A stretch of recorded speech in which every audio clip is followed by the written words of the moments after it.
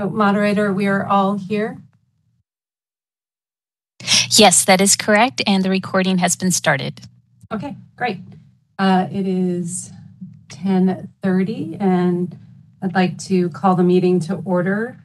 This meeting of the Board of Chiropractic Examiners Licensing Committee is being held by teleconference pursuant to the statutory provisions of the Government Code Section 11133. The date is Friday, February 24th, 2023, and it is 10:30. The board's paramount responsibility is to protect the health, welfare, and safety of the public through licensure, education, engagement, and enforcement in chiropractic care. Members of the public may address the committee during the public comment session. Public comments will also be taken on agenda items at the time the agenda is heard and prior to the committee taking any action on said items. Those who would like to provide public comment will be limited to 3 minutes, unless in the direction of the committee, circumstances require a longer period. Members of the public will not be permitted to yield their allotted time to other members of the public to make comments.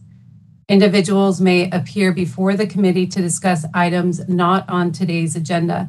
However, the committee may not discuss or take action on these items except to decide whether to place the matter on the agenda of a future meeting.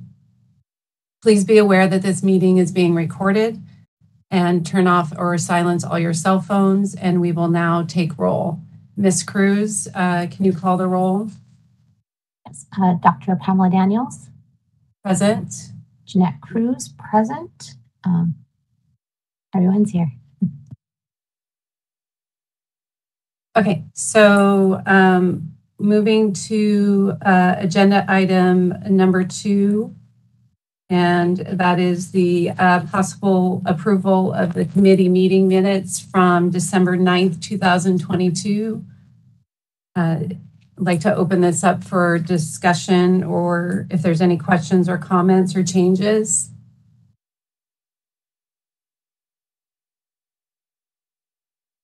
Hearing none, moderator, can you open this agenda item for public comments? Thank you, Madam Chair. I am opening up the Q&A panel. If any member of the public would like to make a comment on agenda item 2, please type comment using the field in the lower right-hand corner of your screen and submit it to all panelists. We are displaying instructions, or you may simply raise your hand. If you've called in, you may raise your hand by pressing *3. We'll give you a moment.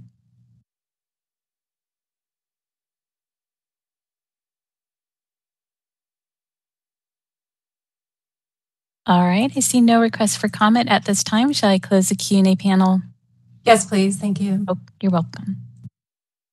Okay. So I'd like to make a motion to approve the meeting minutes from December 9th, 2022 as presented.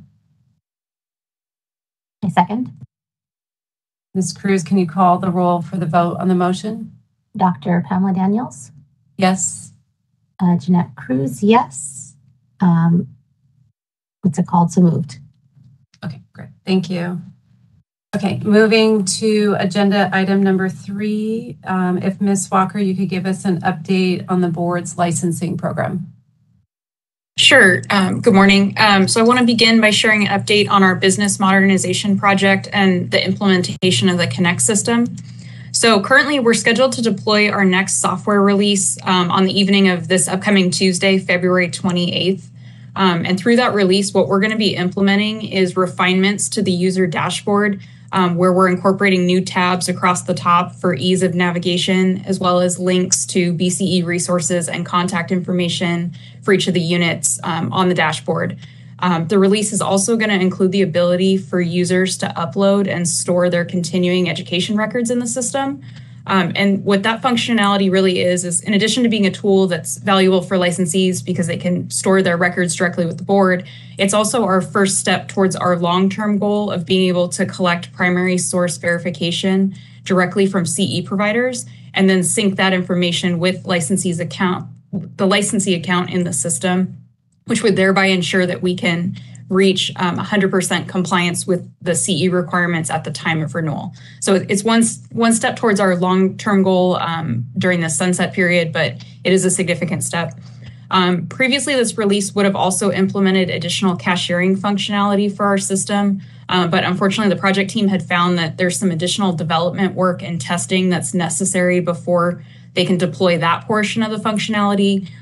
So I am happy to share that they've made the decision to go ahead and pull all of this other development work that we've completed and had been previously on hold, and they're going to deploy that Tuesday night as a standalone release. And then we're looking at a separate release later this spring with the cashiering functionality. Are there any questions on the progression of the Connect project? For me, I think you answered it. I was going to ask if there was any obstacles. Is there any other obstacles besides the cashiering function? No. So we've gone through testing. We're right now doing regression testing today through Monday, just to ensure that there's no last minute hiccups. But so far, everything's looking good, and we're on track to have that deployment. And then also the delay of the cashiering functionality isn't a major impact to us because we already have an existing paper process that we do for cashiering checks. So we have a workaround in place, and an additional delay of a few months isn't going to impact us significantly. And so when you guys are releasing it, are we notifying licensees and with like a tutorial, or how is that working? So we're gonna use this new functionality to develop a series of just quick videos so that it's, if you're stuck and you're not sure how to navigate, you can review a 30-second clip that'll show you the different steps that you have to go through in the system. We hadn't done that on the previous release because we were planning to completely revamp the dashboard. And then if all goes well through regression testing through Monday, we're going to send an alert out Monday night through our listserv to let all the licensees know that there's going to be changes coming the evening of the 28th. Okay, great. Ms. Cruz? There you go. So thank you. Had the same questions. And I assume, you mentioned quick videos in that email there, it'll include the videos or they'll have access to it when they get on the website? We're going to be creating a help page on the website. That's a landing spot that they can go to and navigate the various videos.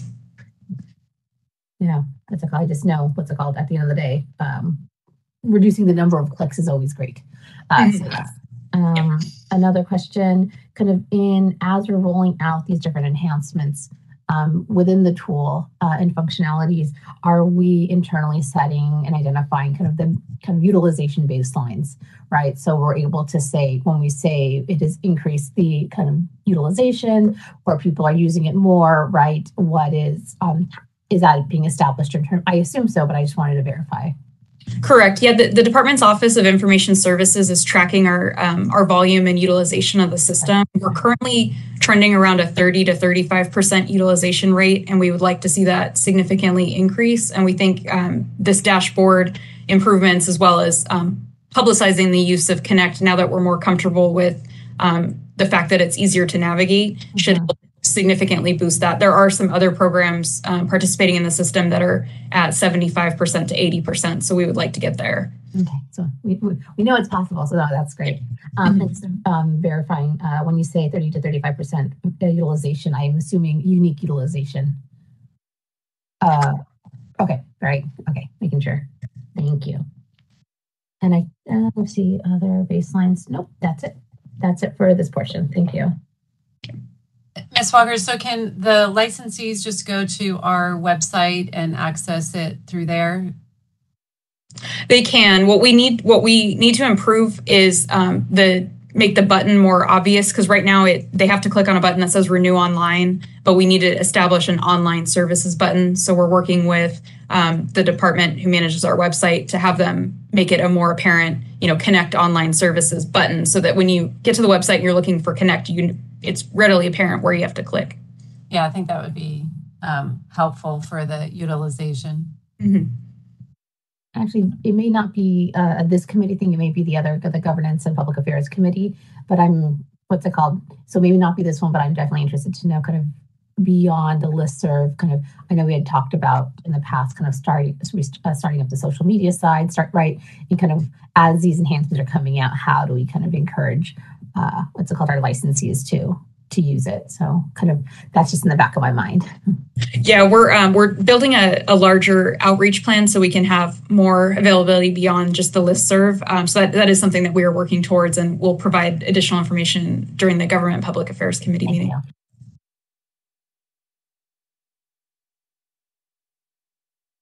Okay. Beyond that, so as far as legislation, last Friday, February 17th, was the deadline for new bills to be introduced. We've gone through and monitored just about every bill that's been introduced, and we did identify quite a few spot bills that are likely to affect the licensing program if later amended. So we're keeping a close eye on that. And then in addition, there's a few other bills that'll broadly affect the board that we plan to present to the Government and Public Affairs Committee for discussion during their March 13th meeting. So as far as legislation, not much here to report directly to Licensing Committee, but we do expect that to change by the May meeting. Okay. Let's see. As far as regulations, so we've gone through and we've reorganized the different pending regulatory proposals that we have just across the board. There are 8 that are specifically related to the licensing program. The one that I'd like to note is that at the January 20th, 2023 board meeting, the board concurred with the committee's recommendation to return those proposed changes to the Chiropractic College curriculum requirements to the committee for further study and discussion. So what staff is doing is compiling some additional background information on curriculum and clinical program requirements at chiropractic colleges, as well as trying to find some data that's similar within similar professions, so we can prepare that and present it to the committee for discussion at the top of the topic at the May meeting.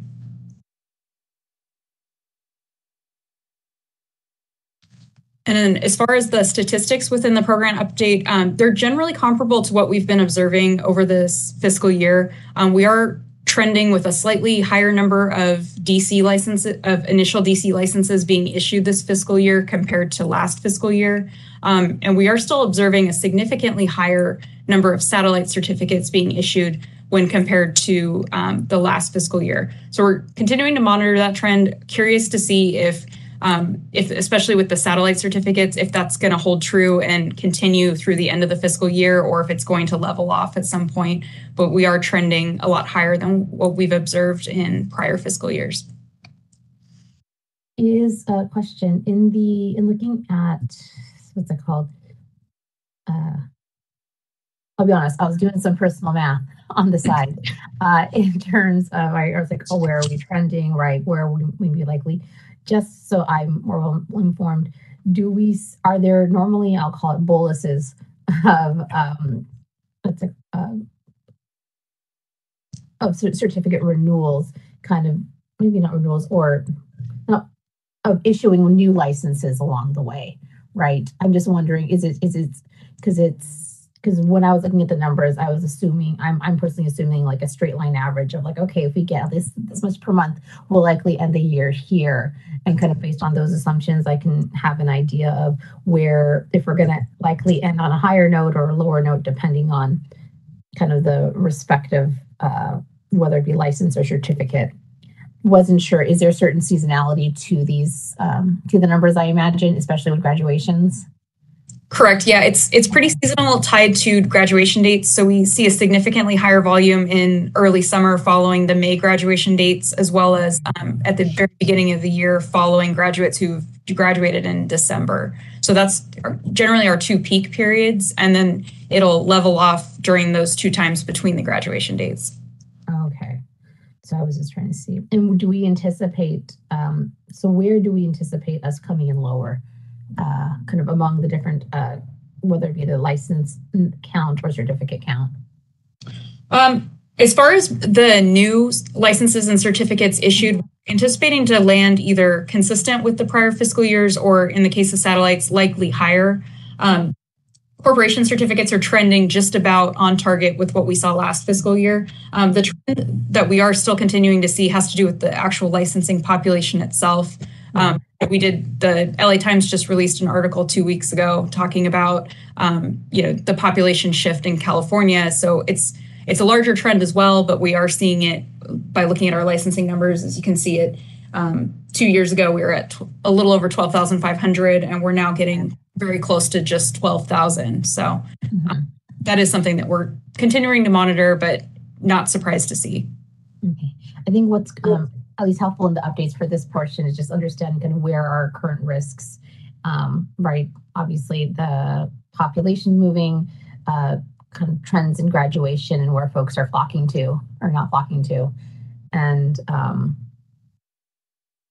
I think what's it called? Well, what I can probably do is kind of show you kind of some of my questions I have offline separately, just in terms of kind of what I started to pull together. But I think in kind of this section of the report, this is kind of where I'm definitely interested in.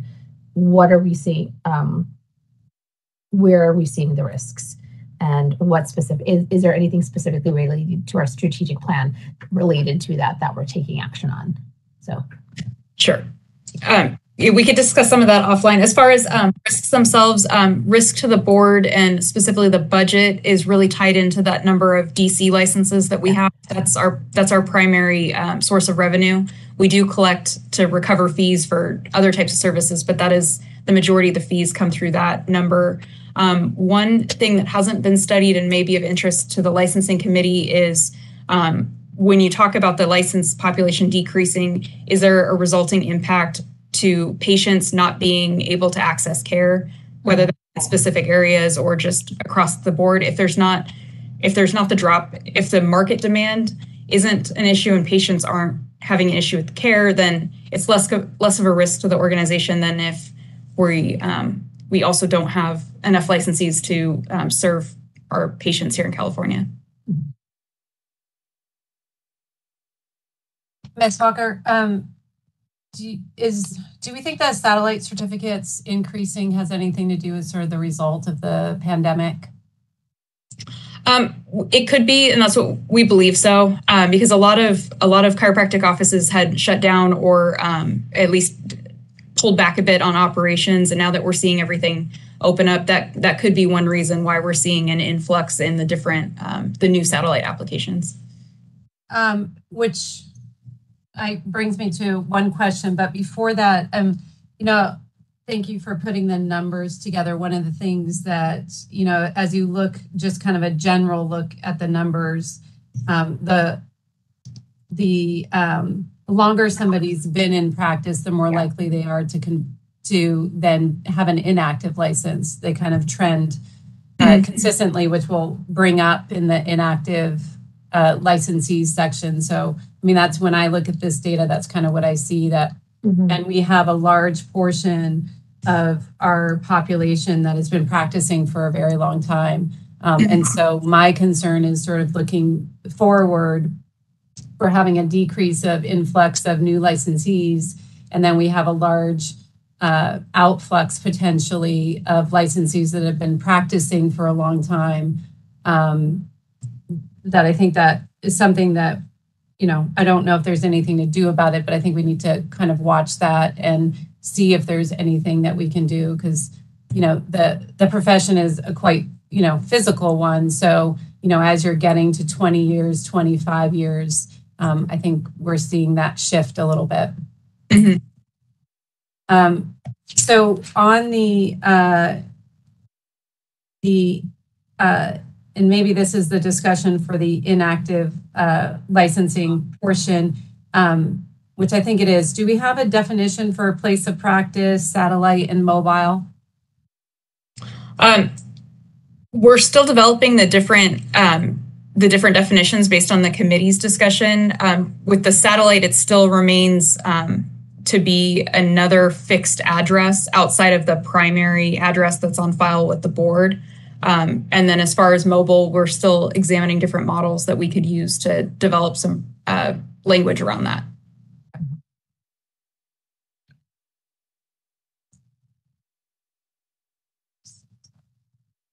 In looking at kind of the years of a licensure table, kind of one thing I did notice is that it looks like the 10-year mark is a notable moment for chiropractic careers, where I see the numbers double from the point of 9 years to 10 years, but also similarly, from the active to inactive. But I also see the exact same trend from within active, I see the exact same trend within inactive in terms of going from 56 folks to nearly 3 times that much folks into the 10 years. So I'm almost wondering, even is that kind of window of our population of those reaching that 10-year mark? And this is just me just looking at the numbers. I kind of not knowing kind of the back end numbers, not knowing kind of what's going into this, but I'm just in looking at this alone, going from that, second set of 5 years to your third set of 5 years in the career, chiropractic career, seems to be kind of an important moment of choice of if someone is continuing.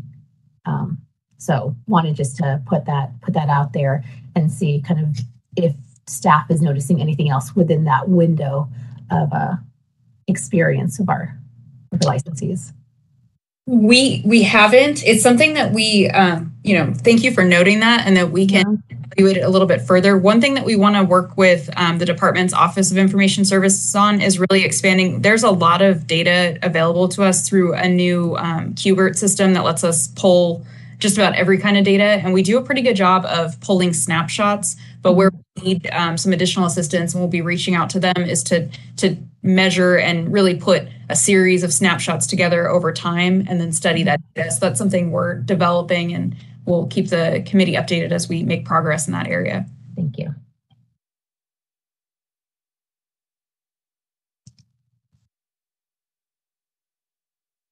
Okay, and then the last item I wanted to highlight as part of my update is just the strategic plan objectives. There are 2 assigned to the licensing committee, the first of which is to establish a robust, effective licensing committee. And I'd like to say that throughout the course of this past year, I believe that we're on track with this, and really want to thank Dr. Daniels for her leadership on this newly established committee.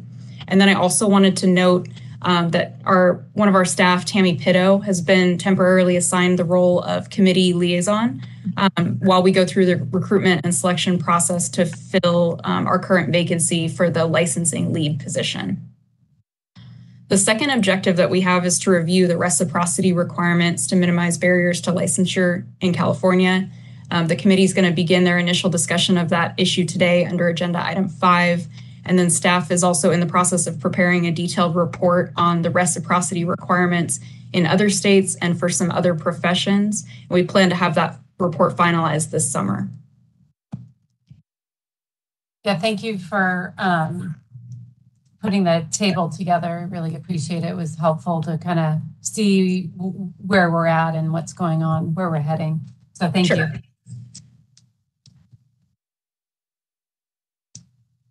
Any other background, Ms. Walker, on this agenda item? Or no, that concludes my update this morning. Thank you. Okay. Before I open it for public comment, Ms. Cruz, do you have any other comments? No other comments for this section. Okay, great. Moderator, can you please open up this agenda item for public comment? Thank you, Madam Chair. I've opened up the Q&A panel. If any member of the public would like to comment on agenda item 3, please type comment using the field in the lower right-hand corner of your screen, or simply raise your hand. We are displaying instructions, and we'll give you a moment.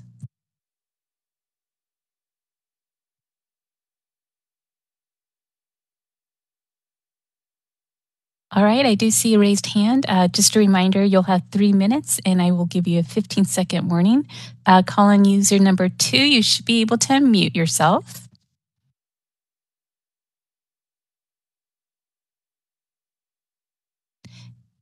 There you go. You're unmuted. Good morning, everyone.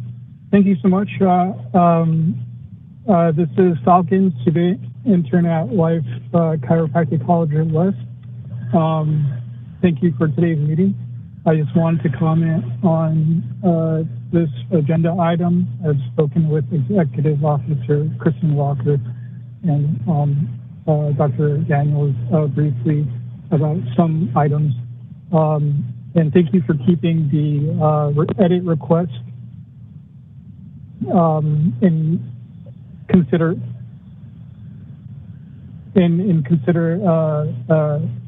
to keep it in consideration.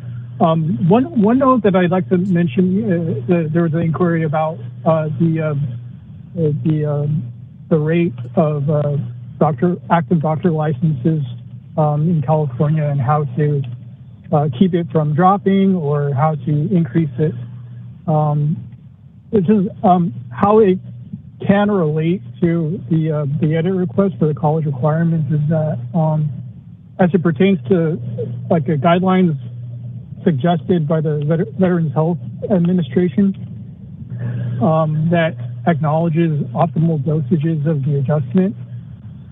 It might be that chiropractic colleges teach mainly one way of chiropractic, and it doesn't follow the dosage suggestions of the efficacy of the adjustment. So it could be that at the college level we're just building, like a practice or a system of over exhaustion, unnecessary exhaustion, and not unnecessary adjustments, where it's like you're like building like the activities of daily routine are significant different between like building a basketball player versus building a marathon runner. And it might be that in a way to increase the licensees of California, it might actually be key for the edit request for the college requirements. Thank you so much for your time, and I am excited to continue necessary efforts toward the edit. Thank you. All right, this is the moderator. I see no further requests for comment. Shall I close the Q&A panel? Yes, please. Okay. Okay, and thank you for your comments. This is a forum to receive those public inputs, but the committee members will not respond to the individual comments or questions, and I believe we have your contact information. So thank you again. With that, I would like to move on to agenda item number 4. And again, this is for review, discussion, possible recommendations regarding the regulatory proposal to collect the telephone numbers and email addresses for the board directory. So again, Ms. Walker, if you could give us a staff report on this item. Sure. So during this agenda item, staff will be asking the committee to discuss some proposed framework or concept, if you will, to amend California Code of Regulations, Title 16, Section 303, which is the filing of addresses. There's two main reasons behind the proposed changes that you see to Section 303 under, I believe it's attachment 2 of the meeting materials. The first of which is the board's sunset bill, SB 1434, amended Business and Professions Code Section 1001, effective at the beginning of the year, to require that the board include the telephone number and email address of each licensee in the annual directory, and that bill also authorizes the board to require licensees to furnish any information necessary to compile that directory. The issue is that personal telephone numbers and email addresses are considered personal information. So we want to prevent the unauthorized disclosure of that information through our directory by making it clear to licensees what the purpose of the collection and use of that email address and phone number would be. We also wanted to account for situations where licensees may not have a telephone number or an email address. So we would require that they disclose that fact to the board so that we can differentiate between someone who doesn't have an email address and someone who hasn't complied with the requirement that they file one with the board. That way we can check for compliance. The second reason behind the changes found in that proposed language, or just it's really conceptual at this point, is to clarify and provide some consistency in the filing of what we'd like to brand as the address of record.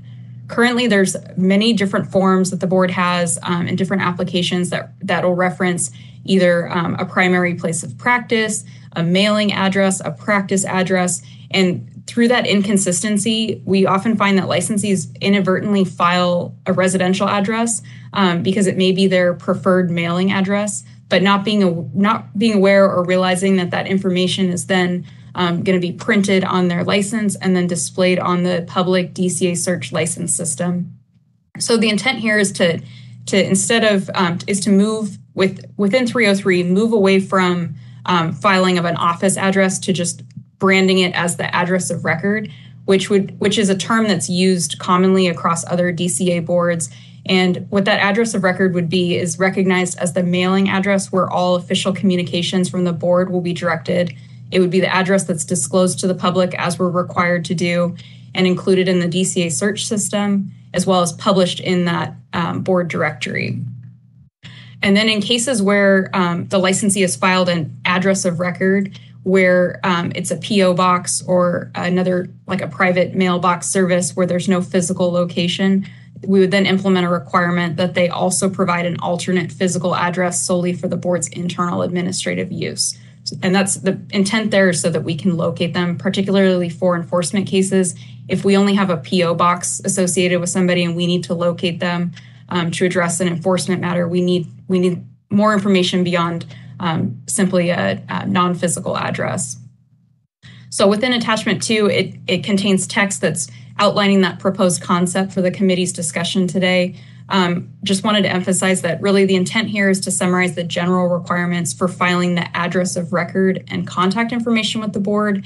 And we're looking to differentiate that requirement from the committee's other development of the posting or potential posting of a license or certificate at a place of practice that's addressed in 308. So currently those two requirements are somewhat conflated and they overlap, which leads to confusion. We're looking to separate that here, have a regulation that just addresses filing your address of record and your contact information with the board. That's your primary information. And then having the committee continue its discussion of changes to 308, where it talks about the different types of addresses that you also have to file for places of practice, what that whole concept would look like, and whether you're physically posting some sort of license or certificate at the practice, or if we move towards some sort of electronic QR code or something to that effect. So really this is more of just an initial kind of administrative step for us to clean up the filing requirement, and then we would return 308 as part of a larger discussion as a separate agenda item. So with that, I wanted to return it back to the committee for discussion on this item. Okay, great. Thank you. So on attachment 2, this is what you have here is the rough outline for the proposed language, correct? Correct. Okay. So just a couple, one, as you were talking, I'm just wondering if everyone is going to be clear on what an address of record means. There seems to be some, like you were saying, some confusion of kind of what licensees are posting. And so as I read this, I mean, I understood it, but I'm wondering if we need to be even a little bit more clear as far as making sure the licensee understands what it's for. And then in the paragraph B, the changes from within 30 days to 15 days, I believe that is a question either on the law exam or the ethics exam, as far as your requirement to post a change of address. When you move, you have to immediately notify. I think we've had 30 days in the past. And if we're changing it to 15 days, have we addressed the informing the licensees? And do we have a potential problem with that actually being on one of the law exams? Or I can't remember which one it was that I took. That question was on there. So to address the issue of, and thank you for bringing that up, I did forget to mention that in my background update. So as far as the law exam and where those questions feed from, as we make changes and implement changes to the laws and regulations that we have on the books, as part of the exam development activities, we make any necessary changes to exam questions to make sure that they're consistent with the current law. The reasoning behind reducing it from 30 days to 15 days is primarily, it's more for discussion, but it's to prevent instances where we occasionally will have people that when we file an accusation, if they fail to respond, we proceed with a default decision. And if they don't respond, their license is automatically revoked. And there's very close timeframes on when those activities occur. So by reducing it from 30 days to 15 days, it's really to emphasize the importance of making sure that we have their most up-to-date information so that when we send time-sensitive items, like we put them on notice that they've been issued a default decision that becomes effective in 30 days, hopefully we can avoid situations where, they're on day 29 and they're like, well, I moved and I didn't even know. And then it creates quite the headache on the disciplinary side for staff to deal with trying to locate the licensee. And we certainly don't want to be revoking licenses because people weren't aware that they had to change their address. So that was a little of the background behind the change. We don't have to do it. It's just something being posed just potentially because 30 days is kind of a long period of time. And depending on the time frame, important things could happen within that period. Yeah, I don't see any red flags, at least for me, with the 15 days. I just want to make sure that licensees know and that, you clarified that there's a lateral, information move from the changes to the exams.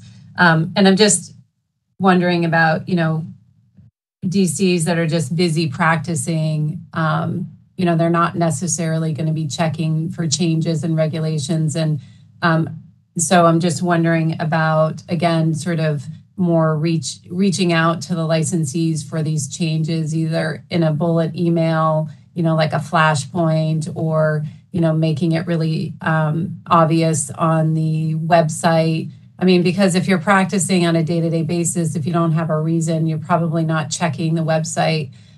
So I'm just curious about a discussion on how we inform DCs who are just, kind of busy doing their thing and not really realizing that a change was made. Correct. And go ahead, Ms. Cruz. Actually, to kind of jump off of that as well, kind of add on, is I'm even wondering, do we work with kind of our California chiropractic associations and colleges in sharing that information on a routine basis? One, for their own materials, but also they have the listservs as well. We don't currently do that. It's something that we definitely need to develop as part of our broader outreach activities. As far as getting the word out, within the change itself, I just want to clarify that address changes aren't something that we take a very punitive approach to licensees on. It's more of, we just want to make sure we can contact you. And, if your address information has changed, let us know. We do include the information on the annual renewals. We will be adding information to the website. And then this is the type of quick reminder that works well on social media to have built-in content that every 90 days or so, have you moved? Let the board know, just as a quick reminder. But it isn't a type of item where it's a gotcha, that if somebody, if the law changed and they notified us at day 28 that they changed addresses, or even if they notified us at day 60, we're not going to take a very punitive approach. We just update the address and let them know if they've missed something between that time. Yeah, I understand it's not punitive, but I just, I like the, kind of pinging people, social media, just giving people a heads up, making their life easier to kind of do their job as well. I did have a question it's on page 1 of 4. It's the attachment 1. Are you going to give an update on that, or can I go ahead and ask a question on that? So that attachment 1 there is the general, those are the provisions of the Business and Professions Code that all 3 of those feed into what we've got there in the framework of 303. If you need me to go through it, I can, or otherwise I can just field any questions you might have. Yeah, so as I was reading it, there's a case that we had that kind of stuck in my head, and it was a stakeholder that felt if they were informed or had a place to be informed of somebody being investigated for misconduct or such that that person would not have been, affected negatively. And so in the section where it says the public information to be provided on the internet shall include information on suspensions, revocations of licenses issued. And it's probably a question for Ms. Knight. I mean, I don't think that you can publicly announce if someone's being investigated, because that would be negative towards them. But I'm just thinking of the public and how they navigate if somebody is being investigated, they are unaware of the investigation, they go to that person, something happens. And so we had one particular case that dealt with this. So I don't know if there's anything to do about it, but this section reminded me of that case. So I don't know if that's a question for Ms. Knight, really. I'm happy to reply. So this section is designed for that public protection, that public notice. However, it is for adjudicated cases. So we do post, each board that's listed in that section is supposed to post the accusations and the decisions and how it's been finalized. We can't be posting anything that's not become a public accusation yet or a statement of issues. Gotcha. That's what I thought. Okay, thank you.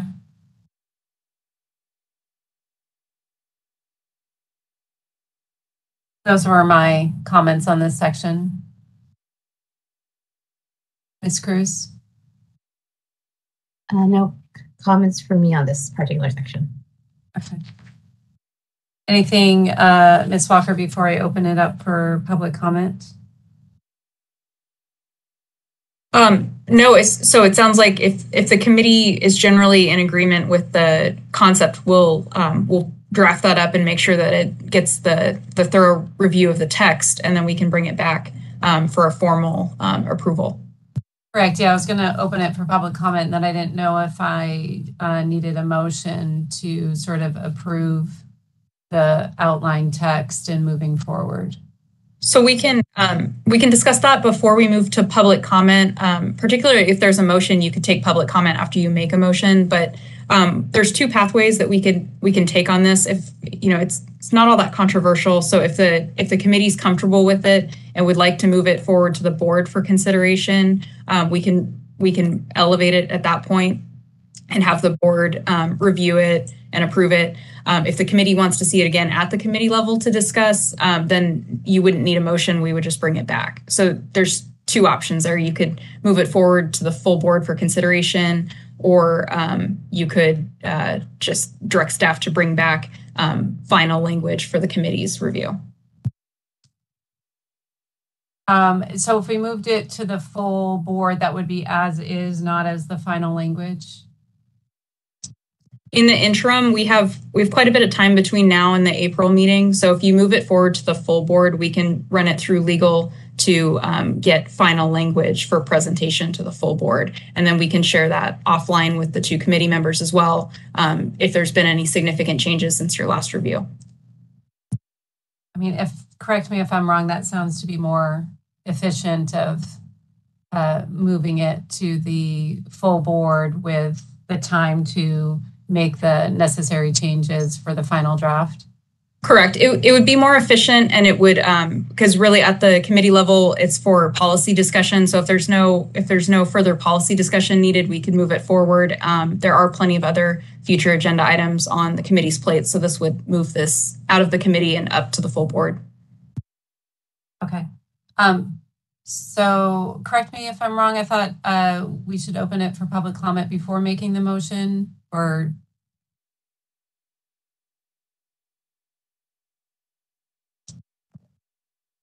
can I go ahead? Go ahead. Ms. Knight, is there a preference on whether the motion be made first and then public comment be taken on the motion, or take public comment first and then a motion? Yeah, sorry, I was trying to unmute myself.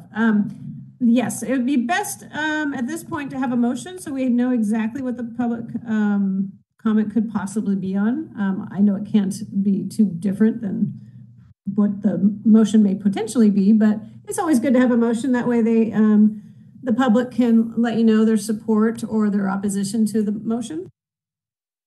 Okay, great, thanks. So I'd like to make a motion to move the proposed language to amend California Code of Regulations Title 16, Section 303 to the full board and with the final language performed by the staff in the interim. A second. Moderator, can you open this up for public comment, please? Thank you, Madam Chair. I am opening up the Q&A panel. If any member of the public would like to comment on agenda item 4, please type comment using the field in the lower right-hand corner of your screen, or simply raise your hand. We are displaying instructions. I'll give you a moment.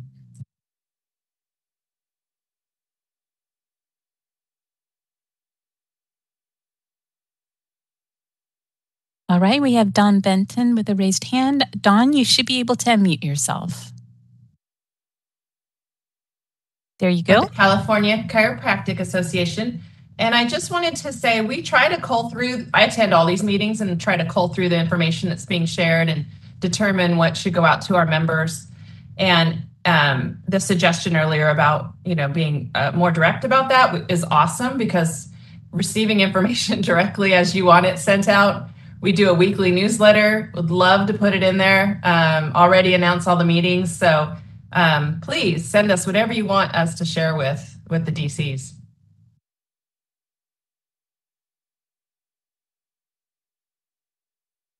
All right, I see no further requests for public comment. Shall I close the Q&A panel? Yes, please. Okay, it's closed. Thank you so much for participating and being here. We appreciate your feedback, and we have your contact information, so it's great. Thank you so much. Ms. Cruz, will you call for the roll on the vote for the motion? Yep. Dr. Pamela Daniels? Yes. Jeanette Cruz? Yes. So moved.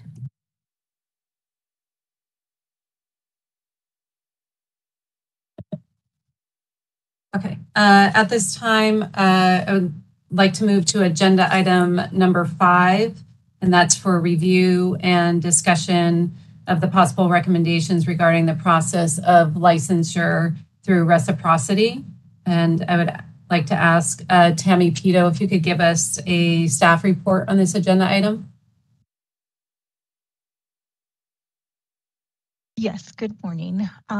So a little background information is that Section 9 of the Chiropractic Initiative Act states, notwithstanding any provision contained in any other section of this act, the board, upon receipt of the fee specified in Section 5, shall issue a license to any person licensed to practice chiropractic under the laws of another state, provided said state then had the same general requirements as required in this state at the time said license was issued, and provided that such other state in like manner grants reciprocal registration to chiropractic practitioners of this state.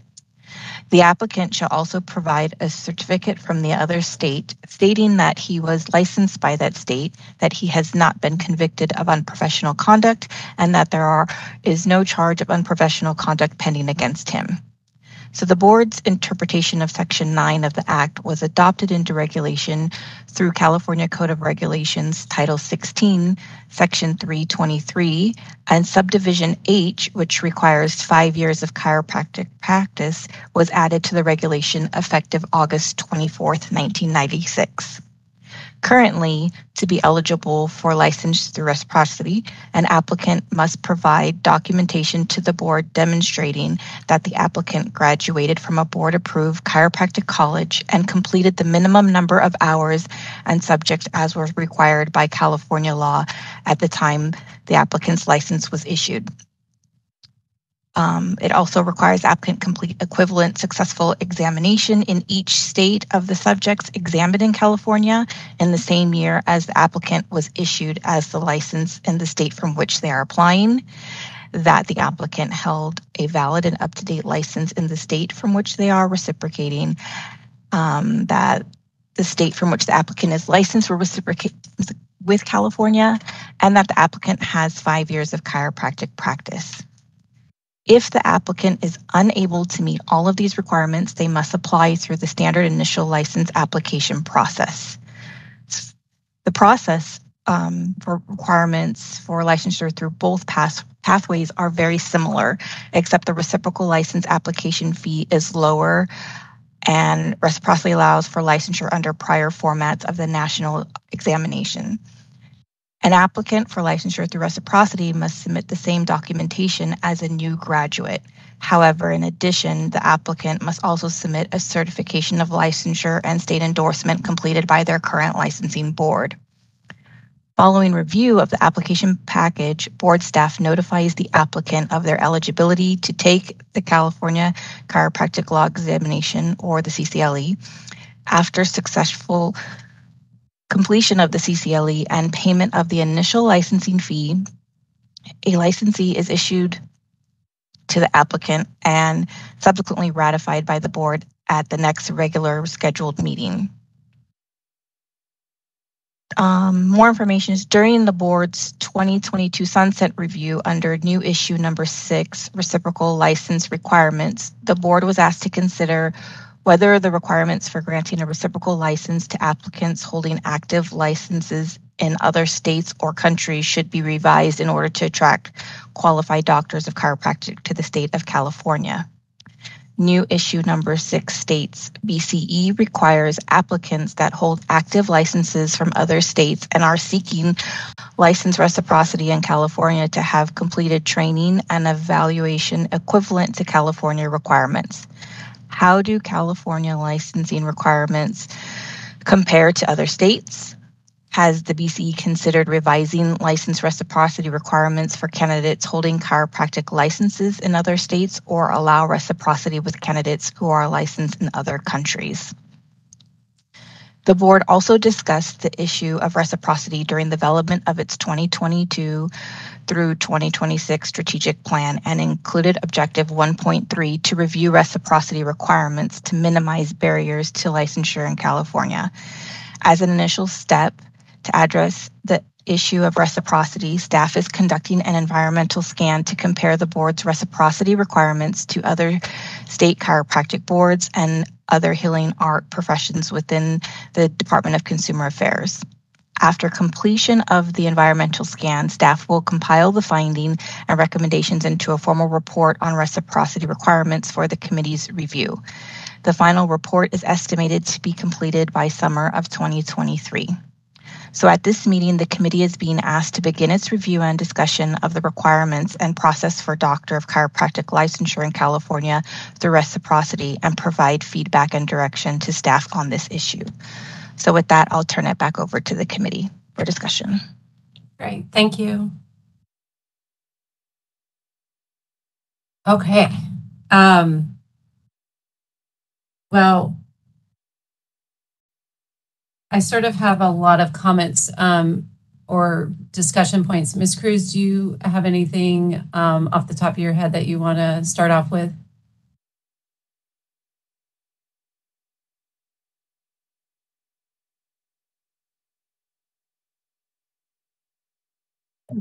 Yes, I'm wondering, some of the stuff I have listed is kind of very specific to like forms and the process itself. Is that okay, or do we want to start bigger picture? Yeah, let's maybe start bigger. Okay. I think, and Ms. Walker, if you're around, that would be great.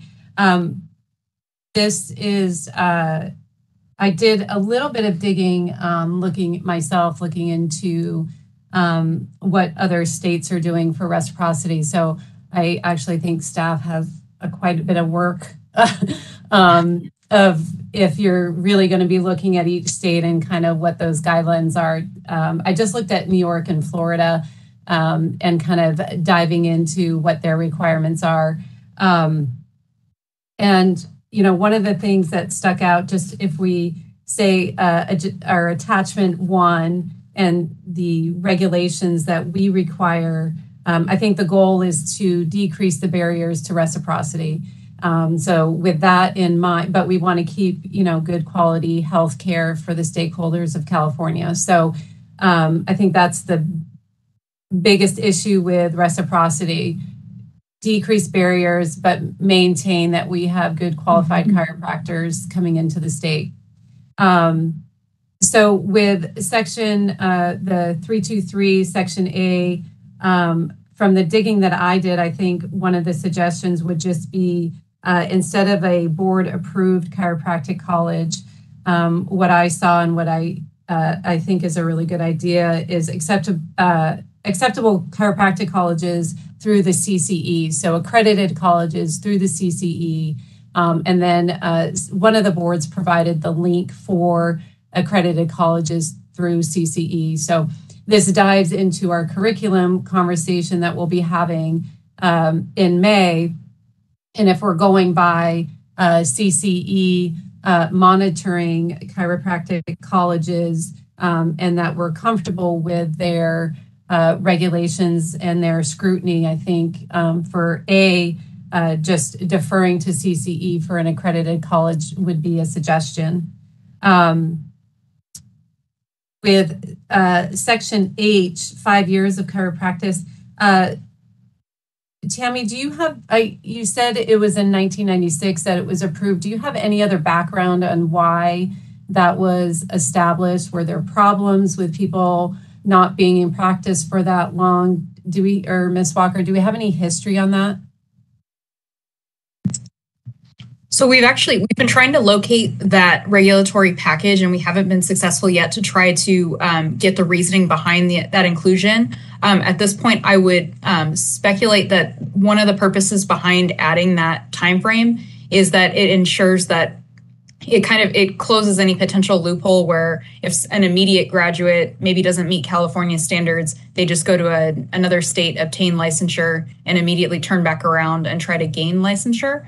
So that's one kind of possibility there. It's also the intent was to allow for pathways when there's not there's not the same version of the national exam being currently offered. If they obtain licensure under a prior version that's no longer relevant, that 5 years of practice provides a little bit of assurance that they've been successfully practicing with no discipline at the time that they're making their application to California. So it's something that we're trying to locate. Unfortunately, we haven't been successful in finding that 1996 package to have the full board reasoning.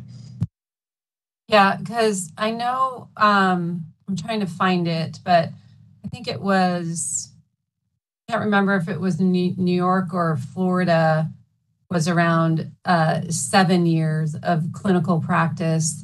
And I'm just wondering, based on what you said, we don't ask we license somebody in California, they can practice the next day. So in that realm, asking a new graduate from another state to have to wait 5 years, in my head, doesn't really make sense, because we're not asking our licensees to practice for 5 years with a provisional license to make sure that, they behave themselves.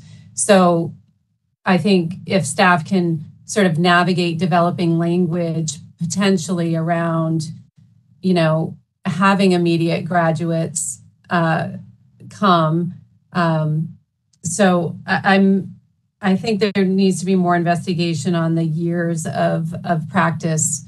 Like I said, I got out of school, I could practice, once I got my license the next day. So that sort of doesn't make sense. And I know there might be some schools that are graduating students that want to come to California, but then having them to have to practice in another state for 5 years before they can come here is not really limiting the barriers to practice. And they're for example, Florida has very specific bullet points on if you were enrolled in chiropractic prior to 1990, after 1990, and then after 2000, sort of addressing all the sort of different categories of licensees. And then New York sort of goes into detail about the national boards, but there's also the special purposes exam that we could consider having licensees take. And sorry, I'm sort of just kind of rattling off some points. One, I noticed we have fingerprinting, but we don't have criminal background. And so to your point, Ms. Walker, other states have a criminal background check, which I think is reasonable. That way, if we have a new licensee, but we have fingerprints, criminal background, and that's clear, that might be a way to sort of handle the enforcement concerns. Other people handle like the foreign colleges having their transcripts evaluated by a U.S. college.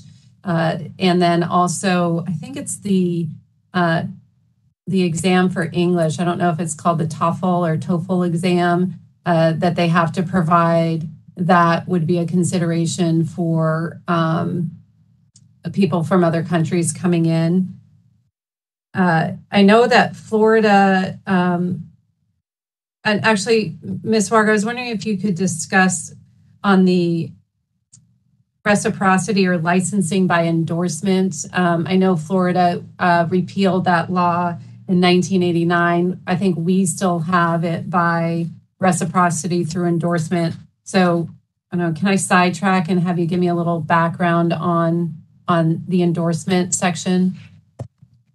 So one of the issues we've encountered just on the precursory of looking at the different models that are out, not only within other state chiropractic boards, but then also even looking within DCA, is there's not a lot of consistency, and the terms endorsement and reciprocity are used somewhat interchangeably to the point that that's why we've decided we need to do a lot more further investigation so that when we say endorsement, do we truly mean endorsement, or is one state branding it endorsement, but it's truly a reciprocity? For purposes of really today's discussion, it's to get, and I really appreciate the feedback on just different pathways to explore. I would be curious to know from the committee if there's any interest. Right now, there's one pathway. So there's the initial license process, and then there's one reciprocity process. Is there interest from the committee in potentially exploring maybe possibly multiple pathways to licensure, to where you may qualify under differing criteria, but we can establish different pathways to get someone there? So it's like if you're licensed in another state and you have all of the same requirements that would have been required in California, we could explore some type of model where potentially that other state endorses that applicant by filling out basically a license certification with their test information, certifying that they graduated. There's no discipline on file. We complete the fingerprint requirement, and that all gets transmitted to the board, and we make them eligible to take the law exam. Whereas if maybe we have somebody that meets some of the requirements, but they may be deficient in other areas, that's where I think something like a practice requirement could be helpful to help them bridge that gap and then get them in through an alternative pathway. So it's all information at this point that we need to study a little bit further and come back with some concrete recommendations for the committee. But we just wanted to gauge the interest in, of course, minimizing or reducing the existing barriers. And then also curious if there's any interest in developing more than one potential pathway for someone licensed in another state to get there. Well, I mean, and I'll let you jump in a second, Ms. Cruz. There's definitely, interest.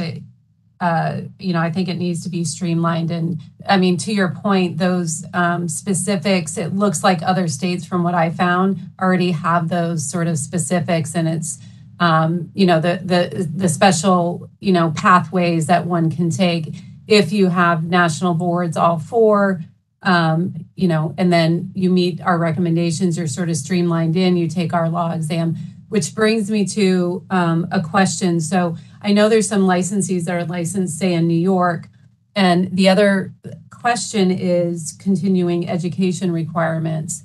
New York is 36 hours for 3 years. California is 24 for 1 year. And I appreciate staff putting together the, hours by state. The largest average seems to be 24. So we also need to define the continuing ed requirements. And are we fine with what their continuing ed requirements are for that license, for that state? But specifically, I know some people are like, well, why do I have to take the law exam? I'm already licensed in New York, which to me brings up the point that each state has different scope.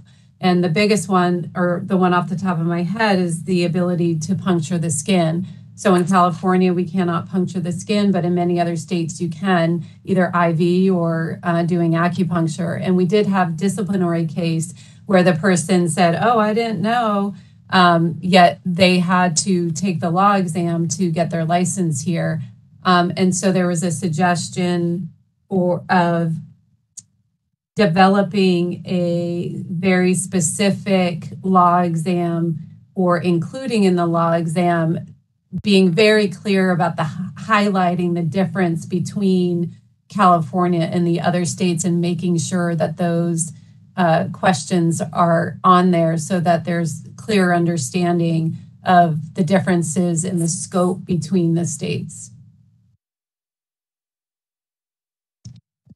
Correct. And that is included in the California law exam. And that's one of the reasons why we talk about reciprocity, it's really figuring out how to determine someone's qualified to sit for the law exam before they can get the California license. It's definitely important that they still take that examination.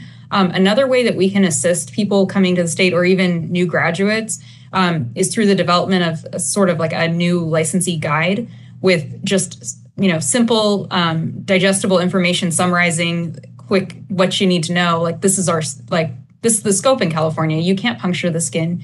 We recognize that other states may allow you to practice acupuncture or perform minor procedures. You cannot do that here in California, and here's the law. So there's different kind of tools that we can develop as well, and we can standardize into our process that when somebody applies, we issue them, or we give them access to that guide. We would post it on the internet, but just making it where you don't have to search all sorts of information. What we don't want is, if somebody's interested in coming to California for licensure, they shouldn't have to scour our website to try to figure out, and especially if they're diving into our regulations to try to figure out what they can do, when we can develop some sort of a quick guide to let them know, and then we could cite the relevant laws that they could then look up later as they prepare for the law exam. So we can definitely improve the communication and the information they receive when they're interested in licensure, and that may help bridge that gap and ensure that they're not getting themselves into potential disciplinary territory just because of the crossing state lines. Well, I mean, I know it's on the test, but, people forget what's on the test, so I think what your suggestion really for a quick guide, relevant laws for California and the differences would be, I think that would be great if we could develop that. I think that would be really helpful.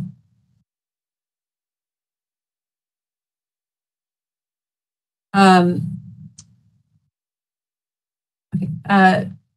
Ms. Cruz, you had some comments, I believe.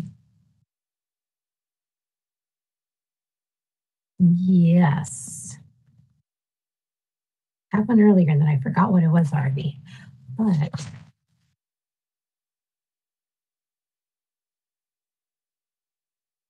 I think I'm probably going to go into the very kind of specifics within kind of the forms itself, and even understanding kind of the process. Going to attachment number 2, I noticed it said 1 year in the middle. I guess I'm calling this the abandonment rate. We were saying that the application is good for up to 1 year. Do we normally see kind of applications kind of being abandoned? I'm wondering, what are the existing barriers, and just even going through the form, wondering if even some of the timelines we put in place may become barriers for folks. And I'd like to ask Tammy to respond to that question. She did used to work in licensing I don't believe it's common, but she probably could provide more insight on that. Mm-hmm. So yes, we do have applicants who do not fulfill the requirements. Sometimes they apply and maybe get licensed in other states and just kind of drop off our radar, don't follow up with us. But it's not extremely common, but it does happen. So we just give them that 1-year timeline to fulfill the qualifications and be eligible to take the exam. And if they're not, then that's when we would abandon the application. And I imagine, kind of like looking to the next page in terms of the application form itself, or reciprocal application form itself, we reference kind of the standard processing time is 3 to 5 months. I imagine kind of that window of time is just a lot of verification, a lot of back and forth between college, kind of prior colleges and getting the right documentation. I imagine that's what the processing time is. And this also includes for us, like the full time from when they apply to when we expect they would be licensed. So that would include the estimate of when they are also eligible and take and pass the exam. So it's just like general statistics. So that's where that number initially came. Of that A to Z. I wasn't sure if it's kind of like, we'll get back to you in 3 to 5 months. No. That's what I wanted to validate. Okay. And it's not on our end. It is usually like waiting for all of the data to come in from the applicant or the other places. And then the time that it would take them to take and pass the law exam. I think kind of scoping back up big picture, have we ever polled our licensees on the barriers kind of they face kind of going through the reciprocal license process? Sorry, I didn't understand what you're asking. So my question is, I'm wondering, just in general, have we ever polled or kind of taken like a survey of our licensees that kind of have reciprocity? If kind of what barriers they faced in the process? So from my experience and just a little bit more background knowledge, we really do not get very many reciprocal applications. When I was a licensing analyst, I want to say it was maybe 5 a year. And I recently spoke with our current analyst. The last one she received was in 2021. And before that, she said it was like maybe about 3 a year. When I was an analyst, the biggest problem that they faced was that their state was not willing to reciprocate. So that would make them ineligible to apply.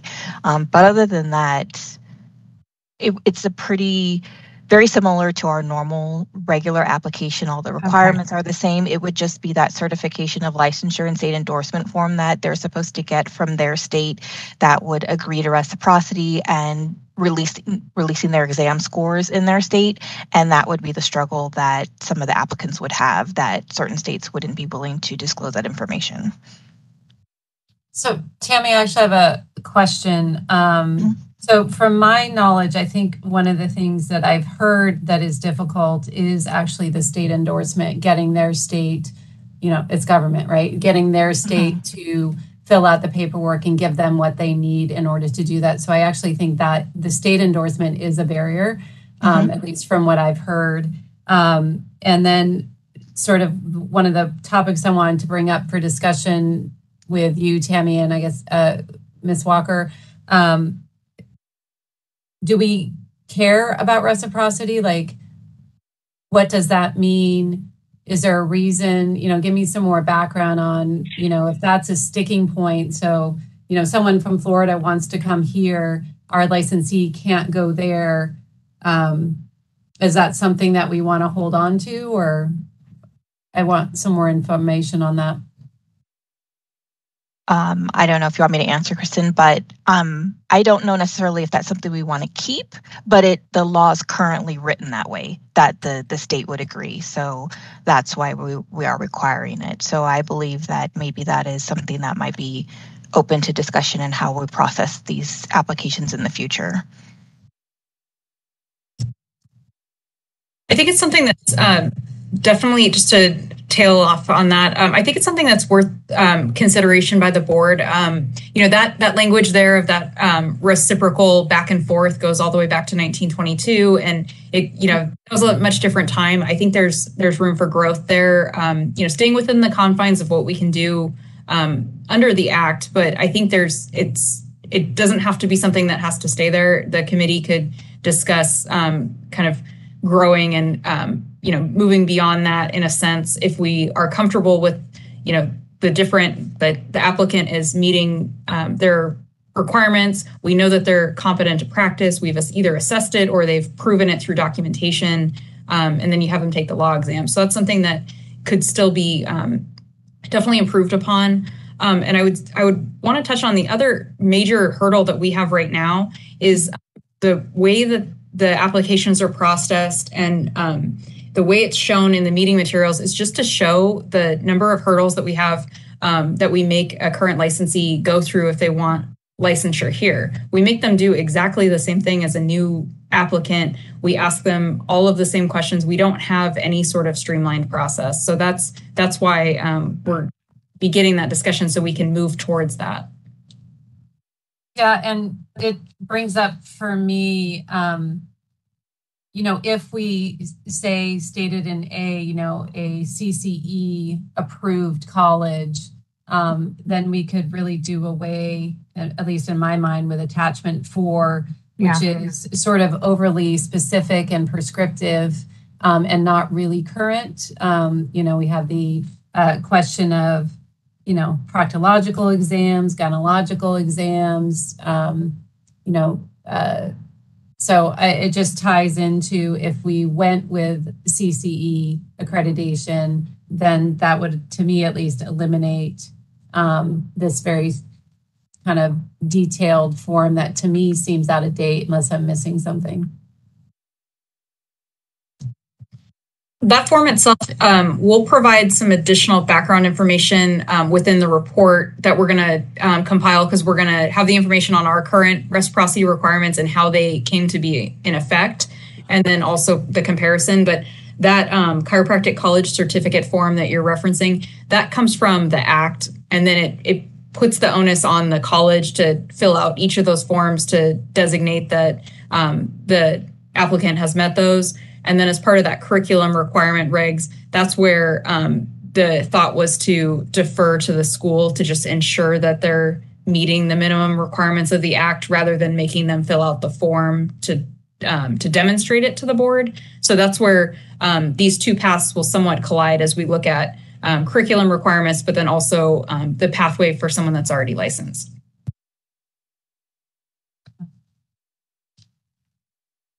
I think what would be helpful, kind of when staff comes back with the additional information, with their research in the background, and I appreciate kind of pulling all together, because I see what you're saying in terms of these are all the hurdles, these are all the things we're putting in front of folks to get past, to be in consideration, right? Just to even get to that point, you mentioned that specific items is required due to the Act. I think even identifying what is required by Act because of the Act itself, required because of our own internal processes, I think differentiating those items kind of for us would be helpful, because that kind of can help shape what is how big of a lift of change I would say, one, are we willing to take on, right? And kind of the amount of time that would have to get invested into that, kind of to take on the different kind of change recommendations that we start to bring up or start to go through. I think that would be helpful, just so we can, I would hate to kind of use a lot of our time for oh, we can't go there because it's related to something federal. We're like, okay, then let's not even touch that. Yeah, also just another comment on the reciprocity with another state. I'd like staff to, when they're doing some digging, just to see if there's, a significant reason for that, that we might be missing. To me, I feel like it's sort of tit for tat, oh, if you don't do it, we don't do it. And I feel like as a state, we should do our own thing as far as, inviting qualified chiropractors into the state. The only thing I can think of is, maybe our licensees will be like, oh, well, you're allowing these other people in, but, we're not allowed to go someplace else. So I don't know if that's a concern for licensees. I think the bigger picture is having qualified licensees, coming to the state, and providing for the public is the bigger issue. But I don't know if anyone has any comments on that.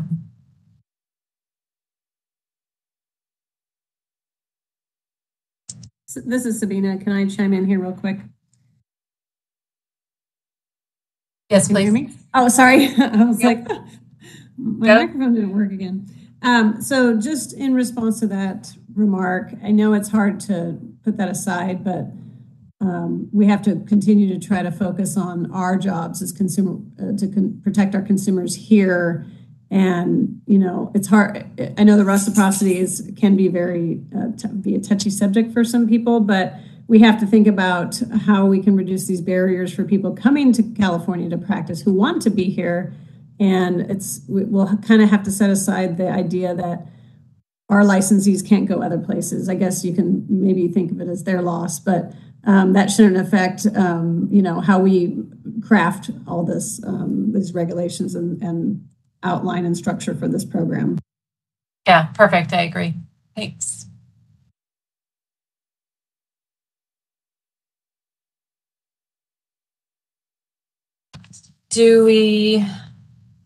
So I know this was just Ms. Walker, kind of an intro and getting direction from the committee as far as, yes, we are interested in sort of revamping this and doing more investigation on reducing barriers and having highly qualified chiropractors in the state. Do you need, I know staff was taking notes, do you need more direction or conversation from the committee? I don't believe so. The feedback today was very helpful for us in navigating what we're planning to bring back. So thank you for your feedback and for your research on the Florida and New York requirements. So thank you. Ms. Cruz, anything else before I open it for public comment? No, none for me. Okay, great. Moderator, can you open this agenda item up for public comment? Thank you, Madam Chair. I've opened up the Q&A panel. If any member of the public would like to comment on agenda item 5, please type comment using the field in the lower right-hand corner of your screen and submit it to all panelists. Or you may simply raise your hand. We'll give you a moment. I do see we have a raised hand from call-in user number 2. So call-in user number 2, you should be able to unmute yourself.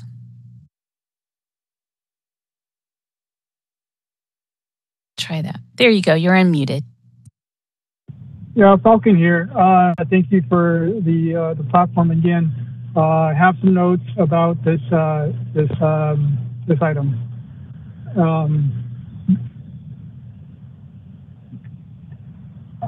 After speaking to the CCE myself, the CCE will not take responsibility for prescriptive clinical recourse. So to let the CCE decide items such as that, they won't take on that responsibility. That belongs to the DCE to sort through. I think the CCE is only concerned with making sure the chiropractic island is dealt with properly. But I think probably the DCE is more is better equipped to handle chiropractic as the peninsula as it exists with the public. And the CCE did say that chiropractic should align with state law, federal law, and industry standards. And then in regards to reciprocity with Florida, tying back to the Kaiser request to bring in Kaiser licenses, Kaiser doesn't have some of those clinical details. So although there are some items that I think should be reduced to, some prescriptive details that could be reduced, some should be kept and enforced. Particularly I'm so sorry I keep bringing it up, but the section itself of subluxation, like physical therapists, the physical therapy profession, they can also manipulate just like chiropractors. There's no difference in that.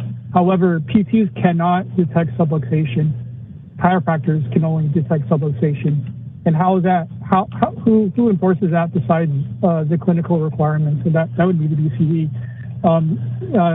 And the section itself can rule in or rule out manipulation.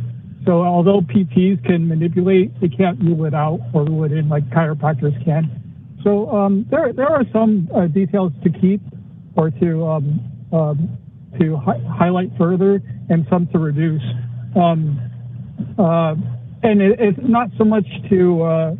I do agree to boost California as much as possible, but if I fear that if we boost it too much, we might also allow, like physical 15 therapists seconds. to take away from the profession from within.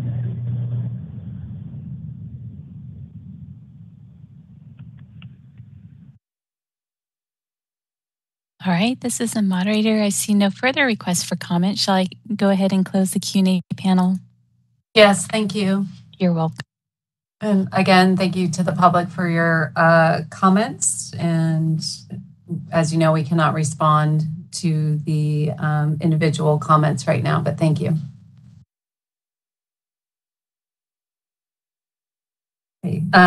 At this time, I would like to move to agenda item number 6, and that is review, discussion, and possible recommendations for the renewal requirements and fees for inactive licensees.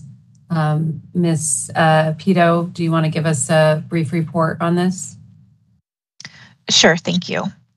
So Business and Profession Codes Section 700 establishes an inactive category of health professionals licensure, which is intended to allow a healing arts licensee who is not actively engaging in the practice of their profession to maintain licensure in a non-practicing status.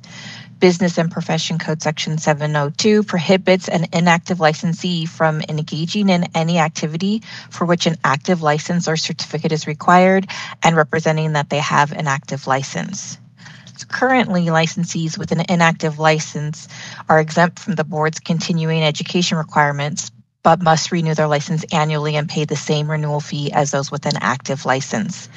During the renewal process, inactive licensees provide their mailing address to the board and disclose whether they have been convicted of any crimes or had disciplinary action taken against them during the last renewal period. To reactivate an inactive license, licensees must complete an inactive to active status application, pay the annual license renewal fee, and provide proof of completion of continuing education equivalent to that required for a single license renewal period. The board's regulations do not allow licensees to restore an inactive license from forfeiture or canceled status. Instead, licensees must complete the application for restoration of license, provide documentation to satisfy the continuing education requirements, and pay the restoration fee. Senate Bill 1031 would have required the renewal fee for an inactive license issued by a Department of Consumer Affairs Healing Arts Board to be half the amount of the fee for renewal of an active license unless the board establishes a lower fee. However, the bill was held in committee and did not move forward in 2022. A table was provided in your handouts containing the renewal fee for a sample of related professions regulated by the Department of Consumer Affairs Healing Arts Boards. If the board were to consider reducing the renewal fee for inactive licenses, the renewal fee for active licenses would need to be increased to maintain the board's current amount of annual revenue. Additionally, for discussion purposes, a table was provided in your handouts illustrating sample fee amounts to maintain current revenue based on the assumption of a total of 12,000 licensees with 10,500 active licensees and 1,500 inactive licensees. So based on the committee's request, staff prepared a draft survey to collect feedback from licensees and stakeholders on a potential proposal to reduce the annual fee amount for inactive licenses. And at this meeting, the committee is asked to discuss the current renewal requirements and fees for inactive doctor of licenses and to draft the survey, and the draft survey to licensees and stakeholders and provide direction to staff. So with that, I'll turn it back over to the committee for discussion. Great, thank you so much. So first of all, I'd just like to say thank you. Really appreciate you guys doing the survey. Some things have come up in the meantime, so I feel that sort of need to be discussed with it. So first on the survey, if we go with that, I was just wondering if there's a reason not to or any objection to giving more background to the licensees as to why we're doing the survey. So for me, when I was reading it, I love the questions. I would just add under 5, do you plan to hold an inactive license? I'd like to know that under the question 5. It just says, do you plan to maintain your doctor of chiropractic, but it doesn't really say active or inactive. But I would like some feedback on, can we be more transparent as to why we're asking the question? I mean, originally, when we think of, at least when I think of inactive and some other people think of inactive, it is someone who's sort of in that retired realm. We want to keep them part of the community, but they're not practicing. But there's been something that's sort of brought up as I've looked into it, is that inactive licensees potentially are QMEs and IMEs, and they, in my mind, are active. And when we look to the, let me find the definition, an inactive licensee, I feel like the definition is vague. It says not actively engaged in the practice of their profession. However, part of the practice of the profession is case management and developing a clinical impression and differential diagnosis, which to me is what a QME or IME is doing. So there's, for me, a lot to unpack here. So I don't know if maybe Ms. Walker, you could, I don't know if we have numbers on inactive licensees who are QMEs or IMEs. And so for me, how it's a concern, one is our inactive licensees are not required to do continuing education. But if I am engaged in examining a patient and performing a clinical impression, that's under management, which is one of our clinical competencies for our continuing ed. So in my mind, it doesn't really make sense that, one, we're not requiring continuing education units, and then 2, our inactive licensees performing these functions, which then brings up, do we need a third category of a retired licensee, of someone who is really not engaged in performing anything with a patient, that might teach, or they're completely retired? So my other concern is, or question is, we're only requiring, say someone's inactive for 5 years, 10 years, we're only requiring 1 year of continuing ed.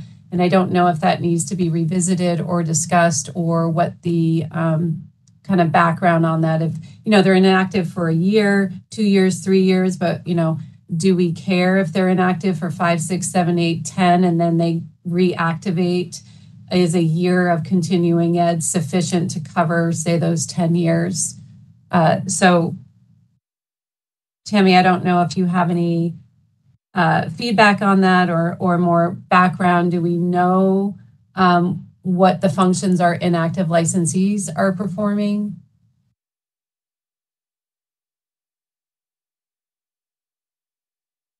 I can reply to that. We haven't studied that issue, so we don't have data on it. You brought up a few points there. The last of which I'm actually going to address first was about the 1 year of continuing education being the requirement to reactivate the license. That's based in the statutes. So in that Business and Professions Code sections 700 through 704. That's currently the only guiding law we have on inactive licenses. We don't currently have any regulations in place to further clarify what the board's interpretation of those statutes are. So that's one avenue that we could explore if there's a need to really define what that means when you say that you're not, to quote the law, if I could locate it quickly, what not actively engaged in the practice means for chiropractic. That's an opportunity where we could explore regulation to clarify where that line is, so that where everyone is on the same page of what you can do with an active license versus what you can do with an inactive license. And then the committee has brought up exploring a retired license status as well, which is something that some of the other boards in the department allow for. And that's when you're truly retired and you'd like to exit the profession, but you want a clean exit. And it doesn't say that your license is canceled or in forfeiture. It would just indicate that you're retired. So that's kind of, we can incorporate those types of questions into the survey. Like the one that we kind of developed was simply more about the monetary aspect and how would those fee changes affect you.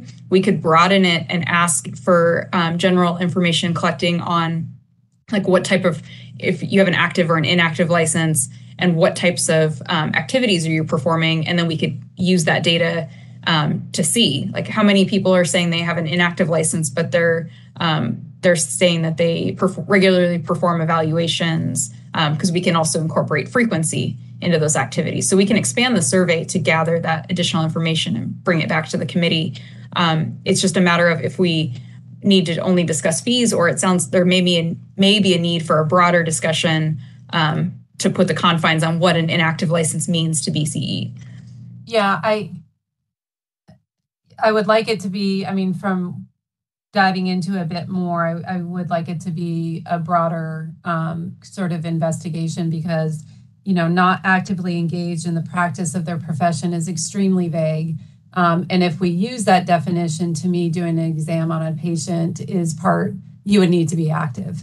And so it's sort of a bigger issue. And I realize that probably is not favorable for some people, but I mean, if we are requiring as a state that, one of our competencies is that diagnostic and clinical management, as one of our required continuing eds, I think it kind of gives mixed messages for me.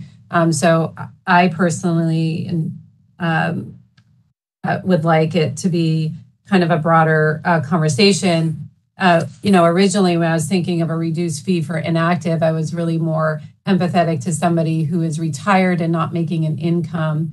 They are retired. They might teach here or there, but they're not actively, performing exams and making an income, and that we want to keep them part of the community, but we don't want to penalize them financially as they age and are on a fixed income.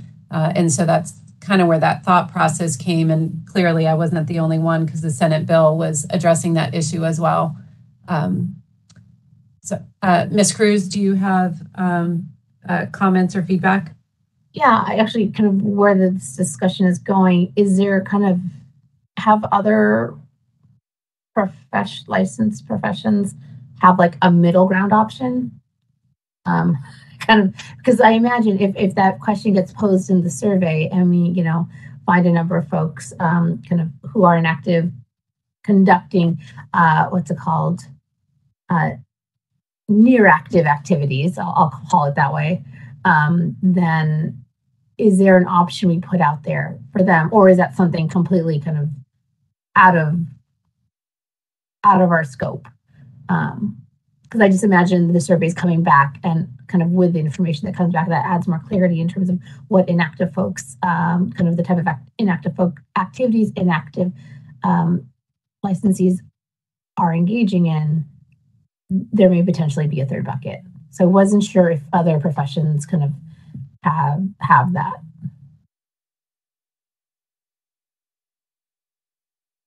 We could dive a bit further and verify, but generally within BCA, the Healing Arts Boards, they have the active and the inactive license.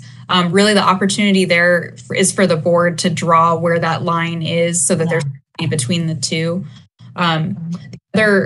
Really, from what we read, the intent behind the inactive license to be is situations where you've obtained the license. You go through, as we just discussed on the prior agenda item, all those steps just to obtain the license, and you're potentially going to step away from the practice, or maybe you're actively practicing in another state, but you don't have to go through all those requirements to get it back. So you're simply maintaining licensure, but not using it, is more generally what the intent was there behind it. Maybe you take time off child leave, or to take care of an elderly parent, and then you want to return to the profession, and it's relatively easy. You demonstrate 1 year of CE, reactivate the license, and you can immediately get back to work. So that's the intent. And I think by polling to find out what potentially our licensees with an inactive license are actually doing could help us figure out where that line would be appropriate. Just as far as with the lack of regulations at this point, we would have to defer. If we had a case where someone was potentially practicing on an inactive license, we would have to defer to an expert opinion from one of our board experts on whether that's practicing and should require an active license or not. But that's putting a lot of burden on a board expert versus defining it through regulation. Yeah, no, that makes sense. The reason I asked, that's kind of where I started, was because then when I was looking at the numbers in terms of looking at the numbers in terms of potential reductions in fees, I saw that just kind of based off of separate calculations, just like, with the assumptions you guys have of 10,500 against 1,500, as well as kind of the current numbers that were provided in agenda item number 3, kind of the 75% and the 90% kind of options kind of between kind of those two, I would say, set of licensee counts. Kind of, I would say, fare better than the other options. And the reason I was asking about, like, well, is there like even a third tier here that's going to impact kind of the calculation. So if the questions that are being posed out there in the survey is really kind of what are you doing and what are you, what's it called? Where are you in the process? How do you see these questions kind of impacting any proposal related to the proposed fee changes? Sure, and I would reply that the third tier that would potentially affect fees is the discussion of retired licenses. So it's a little beyond the scope of today's discussion on inactive licenses, but we can incorporate something to that effect in the survey so that we're kind of capturing both. Because with the assumptions that we've made there, we went off the 12,000 licensees. We set 10,500 as active and 1,500 as inactive, based on the assumption that if we made a decrease in fees, that may be for someone that was on the cusp and they're not using their license anyways, they may decide to move to inactive. The third unknown variable there is if we explore a retired license status where you potentially pay a one-time fee and you're issued a retired license that you don't renew, how many within those other two populations would jump from active or inactive to retired, and then they essentially leave the licensee population altogether. And actually, what do you experience now in terms of folks moving from active or inactive to just non-renewal?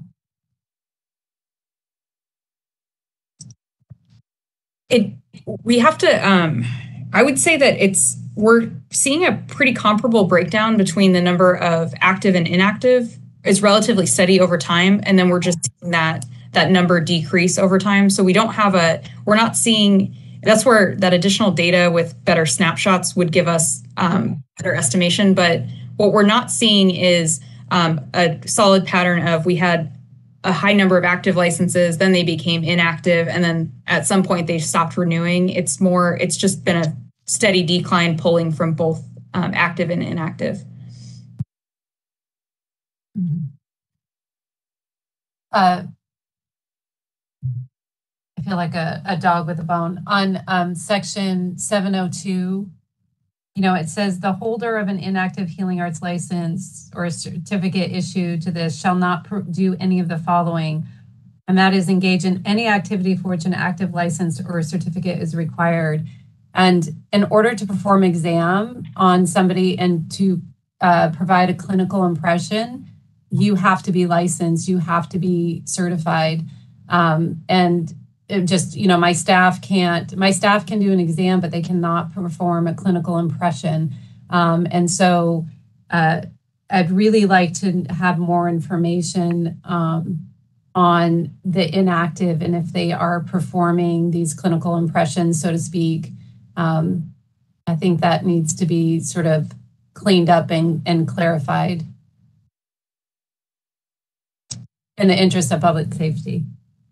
Sure, of course. I mean, because if I was having an exam going in, I'm assuming, my impression is that person is licensed, that person is active, that person is a doctor of some sort, providing this service to me. And so I think it's reasonable for the public to assume that they are up to date on everything, whether it continuing education, has an active license. So I think we need more clarification on that.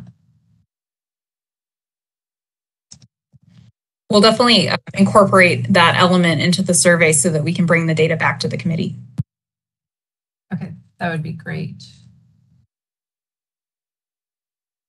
And then, Ms. Walker, on the reactivation, it was one of the following, and it was the completed the board's continuing education requirements that were in the time of each license renewal period.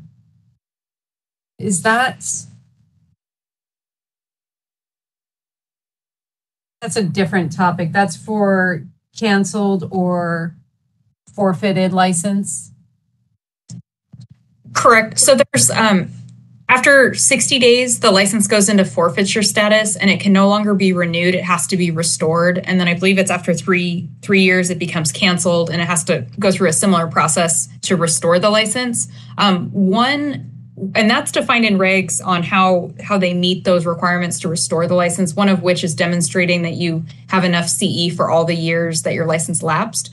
But one issue that we've encountered is it's generally when they're just beyond the forfeiture period. We may have licensees who have been inactive for 10 years and they wanted to just renew as inactive, but we don't have a mechanism for them to do that. If they miss that window and they go into forfeiture status, they can't just pay us double the renewal fee, including the late fee, and get a license back as inactive. They have to then complete the CE, submit it, the license gets restored, and then replaced in the inactive status. So that's just one area where we have seen we've had some frustration from licensees because they they'll acknowledge, I missed my renewal. It's been 60 or 90 days. What do you mean I have to complete CE? I've been retired for years and I'm just maintaining my license. So that's one area that's not currently addressed in the regs is whether or not it's necessary, but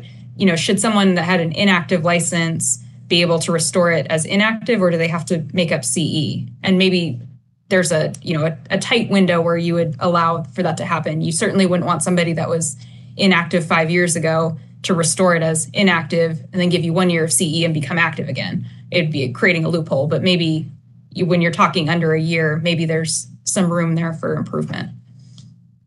So is that something that staff can work on? I mean, because I think that is needed. I think we could, and it's also something we could bring back as part of a larger discussion on the restoration process itself, because it's also a burdensome process for our licensees when they're just beyond 60 days. They have to do a lot of paperwork just to get the license back and it's a much different scenario than somebody after 1 or 2 years of an expired license. So definitely there's room for improvement there, and we can bring it back to the committee for discussion.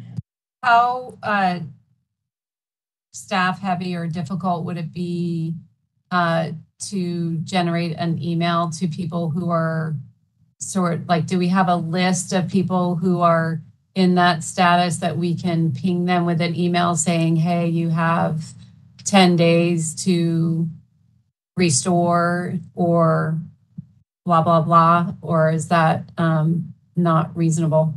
It's a very easy lift once we get all of the licensees using the Connect system, because it has automated notifications that we can set as frequently as we'd like. After it's kind of set to where we could even send them daily reminders, which would be a little too much, but you can automate any type of reminder and even maybe increase the frequency as you get very close to the deadline. So 60 days out. And then once you're approaching your last week, maybe you do get a daily email letting you know you're approaching your expiration date, renew now, or you're going to go into forfeiture status. Yeah, I mean, once we get there, if we can add that, I think that would be great, and maybe kind of deal with the cases that you're talking about.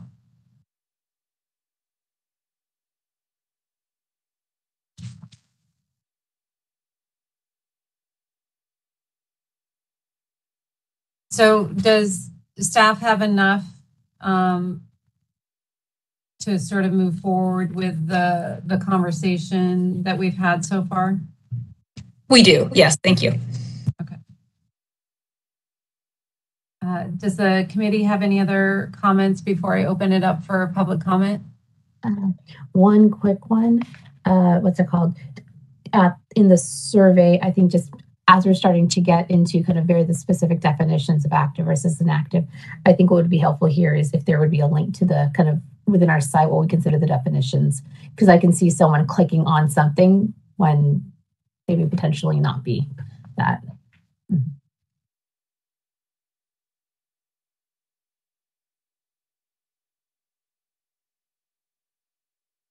Okay.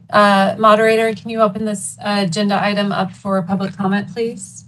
Thank you, Madam Chair. I've opened up the Q&A panel. If any member of the public would like to comment on agenda item 6, please type comment using the field in the lower right-hand corner of your screen and submit it to all panelists, or you may simply raise your hand. We are displaying instructions and we'll give you a moment.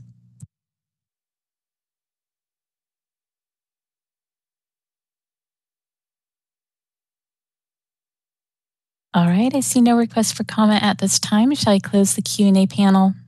Yes, please. Thank you. Oh, you're welcome.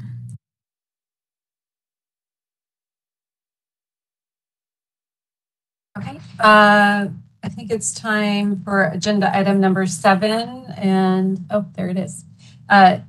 Moderator, can you open this up for public comment for items not on the agenda, please? On the agenda. Thank you, Madam Chair. I've opened up the Q&A panel, so if any member of the public would like to comment on items not on the agenda, please type comment using the field in the lower right-hand corner of your screen. Type comment and submit it to all panelists, or you may simply raise your hand. I do see calling user 2 has a hand raised, so calling user number 2 should be able to unmute.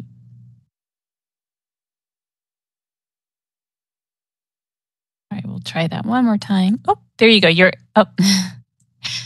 All right, calling user number 2, please try unmuting again.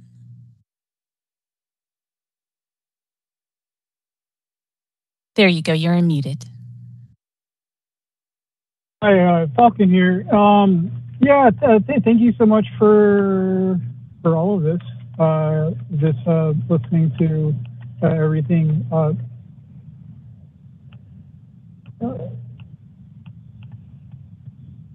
Everything that was on the bill. I just had for a follow up for, I don't know if it's for the April 20th or the May 12th teleconference.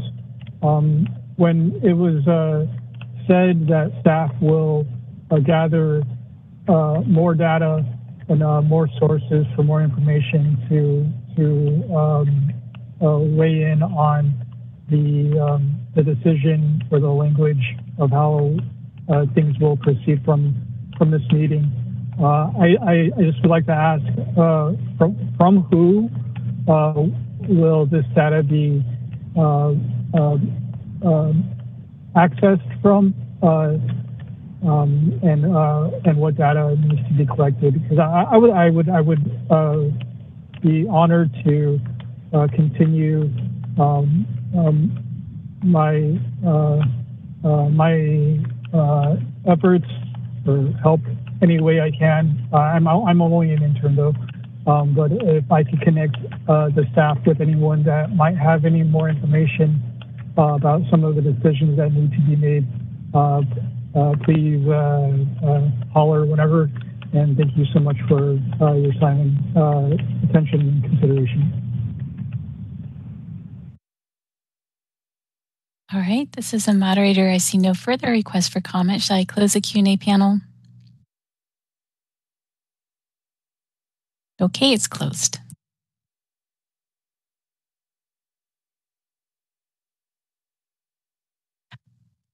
And it looks like, Chair, it looks like you're muted. So I am. All right. Thank you. Thank you for the public comments. We appreciate it. And at this time, I would like to open it up for future agenda items. I have a few. Ms. Cruz, do you want to lead off? Do you have any?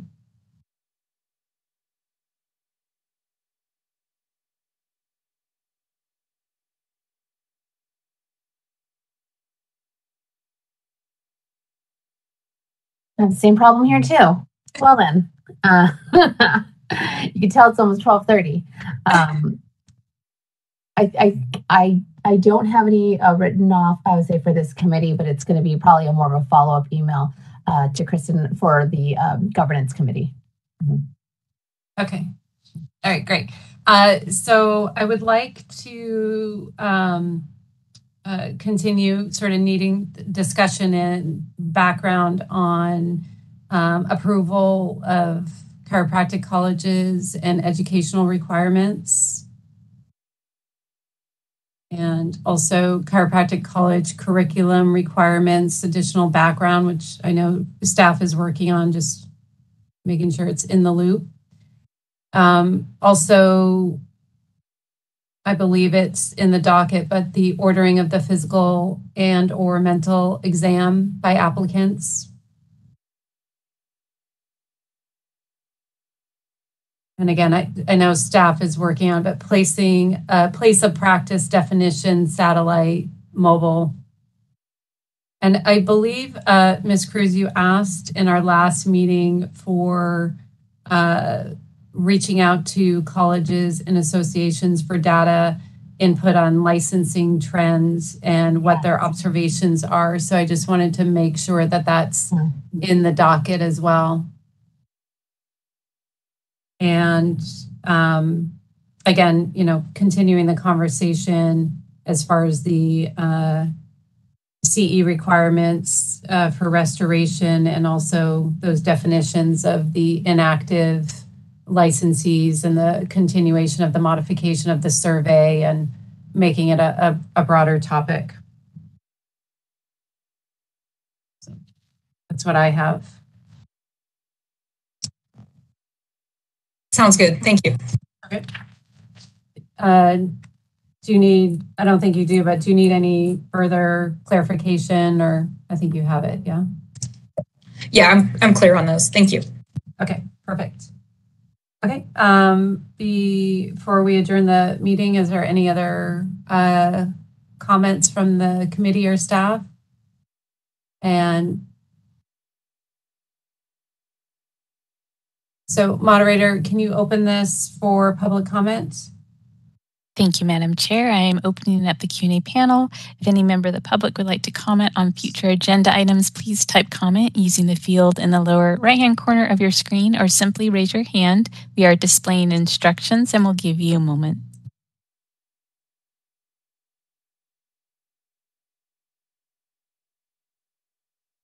All right, I see no requests for comment. Shall I close the Q&A panel?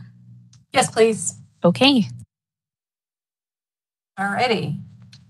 Okay, so I'd like to adjourn the meeting. It is 12:27.